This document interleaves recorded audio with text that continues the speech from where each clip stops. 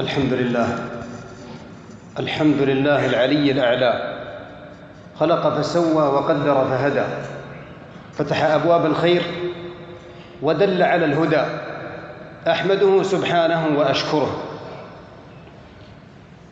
وأتوب إليه وأستغفره، وأشهد أن لا إله إلا الله وحده لا شريك له، له ما في السماوات وما في الأرض وما بينهما وما تحت الثرى. وأشهد أن محمدًا عبده ورسوله، أكرم به رسولا وأعظم به عبدا، بلغ الوحي وما نطق عن الهوى، فصلوات ربي وسلامه عليه وعلى آله وصحبه ومن تبعهم وسار على سنتهم وما طغى. أما بعد، فاتقوا الله عباد الله، واعلموا أن دعوة الرسل أول ما استفتحت بالتقوى، فهي شعار الأولياء، وهي وصية الله للأولين والآخرين. ولقد وصينا الذين أوتوا الكتاب من قبلكم وإياكم أن اتقوا الله. إخوة الإسلام، عنوان هذه الخطبة المفاجأة الكبرى. هذه المفاجأة ستكون ليلة الخميس القادم، تبدأ من بعد غروب الشمس حتى مطلع الفجر ليوم الجمعة. إنها وربي لمفاجأة عظيمة، كم كنا ننتظرها ونتشوق إليها، بل وكم نحن بحاجة ماسة لها، خصوصا في هذا الزمن. ففي تلك الليلة هبات لا تقدر بثمن، وإعطيات وكرامات ورحمات، فهنيئا لأهل الإيمان بها، هنيئا للذين هم بربهم لا يشركون، والذين هم من خشية ربهم مشفقون. مفاجأة كبرى لأصحاب القلوب السليمة من الشرك والنفاق والبغضاء والشحناء، مفاجأة لمن وصل ما أمر الله به أن يوصل، ولمن برئ من آلام وأوجاع ومعاناة الغل والحقد والحسد، ومن سائر أدواء مرض القلب وآفاته. مفاجأة كبرى في ليلة النصف من شعبان. فماذا في تلك الليلة؟ اسمع الخبر يا رعاك الله عن أبي موسى الأشعري رضي الله عنه قال: قال رسول الله صلى الله عليه وسلم: إن الله ليطلع في ليلة النصف من شعبان فيغفر لجميع خلقه إلا لمشرك أو مشاحن. أخرجه ابن ماجه وحسنه الألباني. وقال عليه الصلاة والسلام: إن الله ليطلع على عباده ليلة النصف من شعبان فيغفر للمؤمنين ويملي للكافرين ويدع أهل الحقد بحقدهم حتى يدعوه. والحديث في صحيح الجامع. إخوة الإسلام، حقيقة أنها مفاجأة، ولقد أخبر الله عز وجل في آيات كثيرة أنه مع عباده، مطلع على أحوالهم صغيرها وكبيرها. ألم تعلم أن الله يعلم ما في السماوات وما في الأرض؟ ما يكون من نجوى ثلاثة إلا هو رابعهم، ولا خمسة إلا هو سادسهم، ولا أدنى من ذلك ولا أكثر إلا هو معهم أينما كانوا، ثم ينبئهم بما عملوا يوم القيامة. إن الله بكل شيء عليم. قال القرطبي رحمه الله: معنى ذلك أن الله معهم بعلمه حيث كانوا من غير زوال منه ولا انتقال. وقال عز وجل: وما تكون في شأن، أي في حالة من أحوالك وما تعملون من عمل أيا كان ذلك العمل إلا كنا عليكم شهودا يعلمه ويبصره ويطلع عليه اطلاع شامل لأحوال العباد. إذن فلماذا خصصت ليلة النصف من شعبان باطلاع خاص؟ قال بعض أهل العلم إنما هو تذكير وتجديد للعلم بمعرفة الله بما يكون من حال الإنسان، وتكريما لعباده الذين أحيوا سنة نبيهم في شعبان. وكأن الله أراد من عباده التحلل من كل ظلم النفس بالشرك وظلم العباد بالتباغض والمشاحنة، حتى لا يحرموا مغفرة ربهم وليدخلوا في رمضان بقلوب سليمة لا تنشغل إلا بالصيام والقرآن. ليلة النصف من شعبان موعظة توقظ الغافل وتجدد همة العامل، وفيها الدليل على رحمة الله الواسعة بعباده، كما أنها نفحة من نفحاته. قال صلى الله عليه وسلم: افعلوا الخير دهركم وتعرضوا لرحمات الله وتعرضوا لنفحات رحمة الله، فإن لله نفحات من رحمته يصيب بها من يشاء من عباده. رواه الطبراني وحسنه الألباني. وفي رواية شاهدة لذلك: إن لربكم في أيام دهركم نفحات فتعرضوا لها. والمحروم من حرم الخير ولم يتعرض له أو عرض عليه فأعرض عنه. أخي المسلم، تأمل في قوله صلى الله عليه وسلم: إن الله ليطلع في ليلة النصف من شعبان فيغفر لجميع خلقه إلا لمشرك أو مشاحن. قد يقول قائل: لماذا استثنى الله المشرك والمشاحن من المغفرة؟ قال الله عز وجل: ولئن أشركت ليحبطن عملك ولتكونن من الخاسرين. إذا كان إبراهيم أبو الأنبياء وإمام الحنفاء وخليل الرحمن يخشى على نفسه وعلى بنيه عبادة الأصنام، فمن ذا الذي يأمن الشرك على نفسه بعد إبراهيم؟ قال في دعائه: واجنبني وبني أن نعبد الأصنام. يدعو بهذا الدعاء لما شاهده وعلمه من كثرة من ضلوا بهذه الأصنام من الناس في جيله وفي الأجيال التي قبله. ولذا قال: رب إنهن أضللن كثيرا من الناس. فأين هذه الرعاية الإبراهيمية من الآباء والأمهات؟ إننا عباد الله نعيش اليوم بين جاهلية قديمة ومعاصرة. فالجاهلية الأولى اتخذت أصناما وأوثانا يعبدونها ويعظمونها ويذبحون لها من دون الله، وقد جعلوا لها سدنة وخدما يقومون بخدمتها، وهم الكهنة والعرافون. عظموهم وبجلوهم فأحلوا ما أحلوا من المحرمات وحرموا ما حرموا من المباحات، وتلك هي عبادتهم. وكذلك الشأن في اليهود والنصارى مع أحبارهم ورهبانهم. قال الله: اتخذوا أحبارهم ورهبانهم أربابا من دون الله. فسره النبي صلى الله عليه وسلم لعدي بن حاتم رضي الله عنه بأنهم أحلوا لهم الحرام فأطاعوهم وحرموا عليهم الحلال فاتبعوهم. أما الجاهلية المعاصرة فشرك المشركين فيها أعظم من شرك الجاهلية القديمة، لأن الجاهلية الأولى إذا اشتد بهم الخطب دعوا الله مخلصين له الدين. أما مشرك زماننا إذا اشتد فيهم الخطب دعوا أصنامهم وأوثانهم من دون الله. وفي زماننا عبدة للأوثان والأصنام والقبور، وإن لم يكن في زماننا أحبار ورهبان فإن هناك طغاة ومتجبرون. وحدث ولا حرج عن أصنام وأوثان زماننا، فمن حب السلطة والرئاسة والجاه والمال والعادات والتقاليد والأعراف التي تخالف شرع الله إلى القومية والاشتراكية والباطنية والصوفية والحداثة والعلمانية والليبرالية.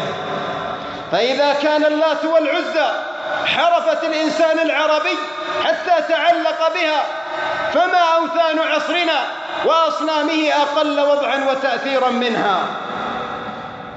فالتطاول المعاصر على الذات الإلهية وعلى الشخص نبينا صلى الله عليه وسلم وعلى ما جاء به، ثم التطاول والأذى بأنواعه على عباد الله الصالحين، فأحدثوا وسائل وأساليب جديدة للطعن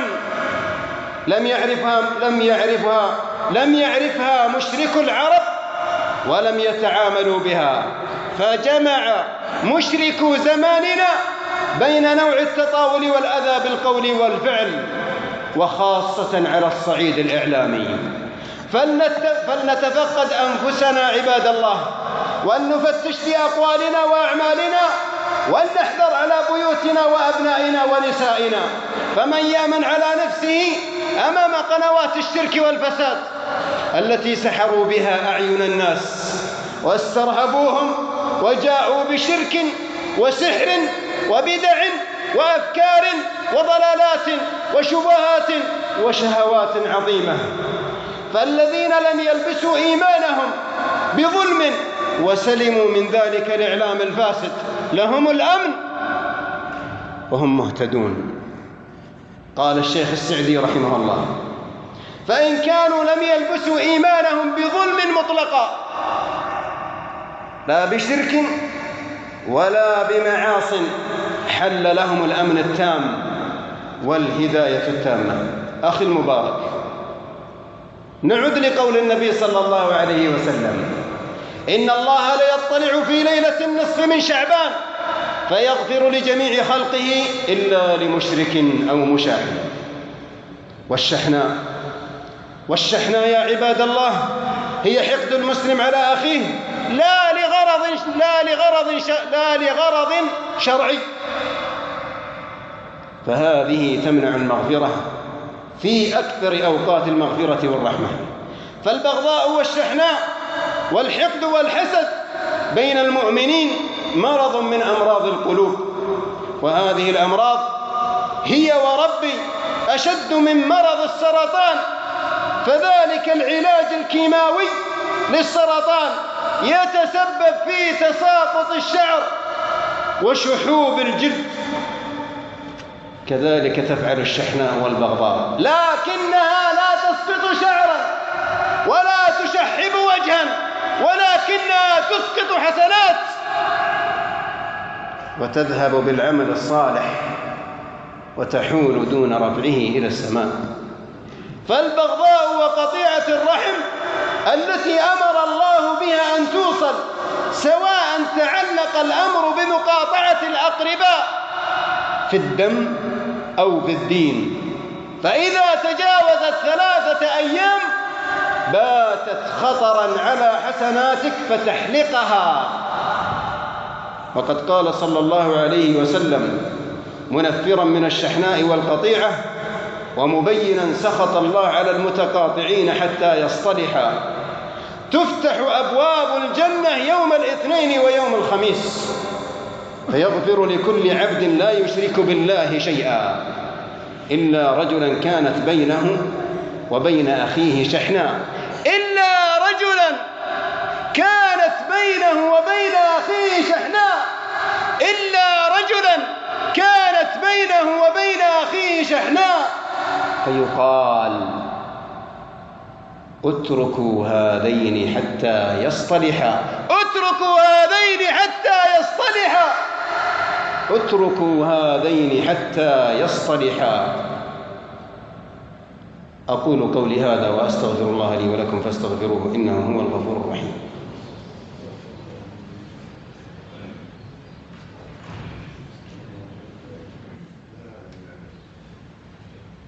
الحمد لله ولي الصالحين، ولا عدوان إلا على الظالمين، والصلاة والسلام على نبينا محمد وعلى آله وأصحابه أجمعين.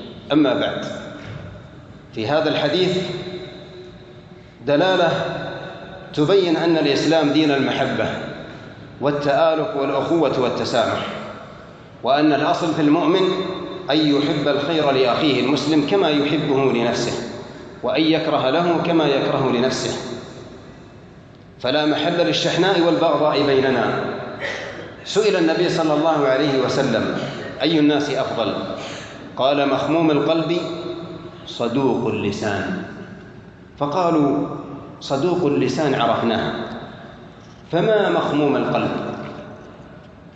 قال: هو التقي النقي، لا إثم فيه ولا بغي ولا غل ولا حسد، هذا هو مخموم القلب. فلو صلى عبد 1000 ركعة، أو ختم القرآن 1000 ختمة، أو صام وتصدق وفعل الخير كله، وكان في قلبه حقدا وغلا وحسدا وبغضا وإثما وبغيا وقطيعة، فإنها لا تنفعه، كما قال النبي صلى الله عليه وسلم في تلك المرأة المتعبدة الصوامة القوامة: لكنها تؤذي جيرانها، قال: هي من أهل النار. فيا أخي، والله إنه لا نجاة يوم القيامة إلا من سلم قلبه، وسلامة القلب تقتضي طهارته من الغل والشحناء والبغضاء. قال الله عز وجل عن دعاء إبراهيم: يوم لا ينفع مال ولا بنون إلا من أتى الله بقلب سليم.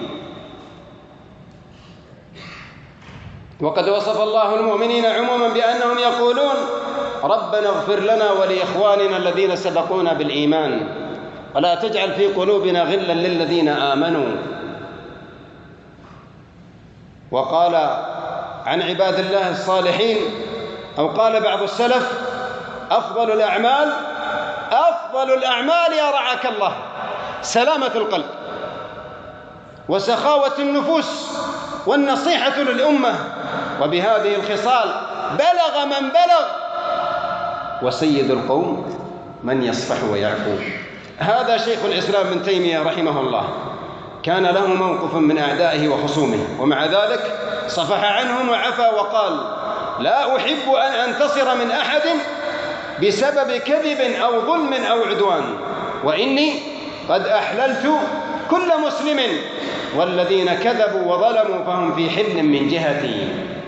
لما بشره ابن القيم بموت أكبر أعدائه الذين آذوه، نهره ابن تيمية وغضب عليه واسترجع وقام من فوره، فعز أهل الميت وقال لهم: أنا لكم مكانه.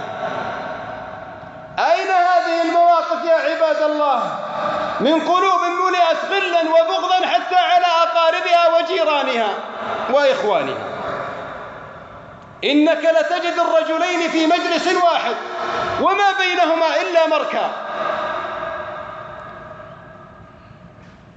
لكن في قلب كل منهما مثل الجبل العظيم من الغل والحسد والبغضاء على الآخر. وإنك لتجد الأخ بين إخوانه وأخواته وبين أبناء أخيه لا يطيق أحدهم الآخر. من هنا أدعوك إلى أن تسامح وتعفو وتنزع الغل والحقد والبغضاء والشحناء من قلبك. من هنا أدعوك أن تقوم بالزيارة والاتصال وإرسال الرسائل حتى تستمر المحبة ويتم التآلف ويبقى التعاطف والتعاون والتراحم والمودة. إننا اليوم بحاجة إلى صفاء النفوس ونقاء القلوب وتحلية الضمائر وتطهير السرائر أكثر من حاجاتنا لعبادات ليس لها ثمرة على صاحبها. وكثرة العبادة مع فساد القلوب لا تغني عن صاحبها شيئا.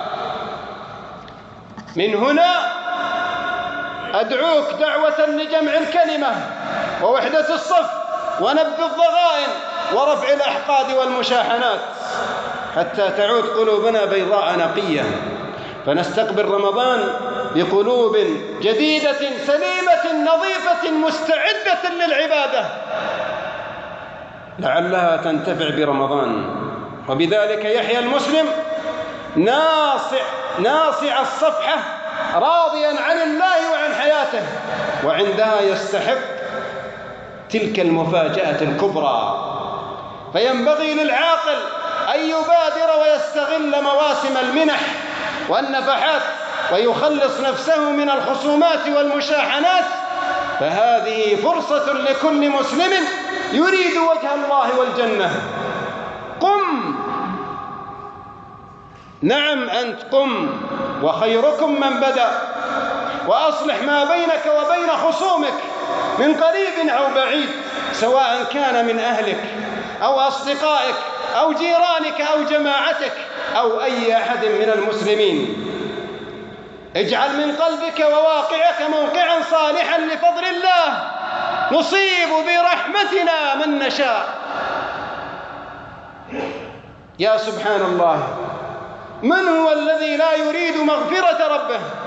هذا إبراهيم عليه الصلاة والسلام يقول: والذي أطمع أن يغفر لي خطيئتي يوم الدين.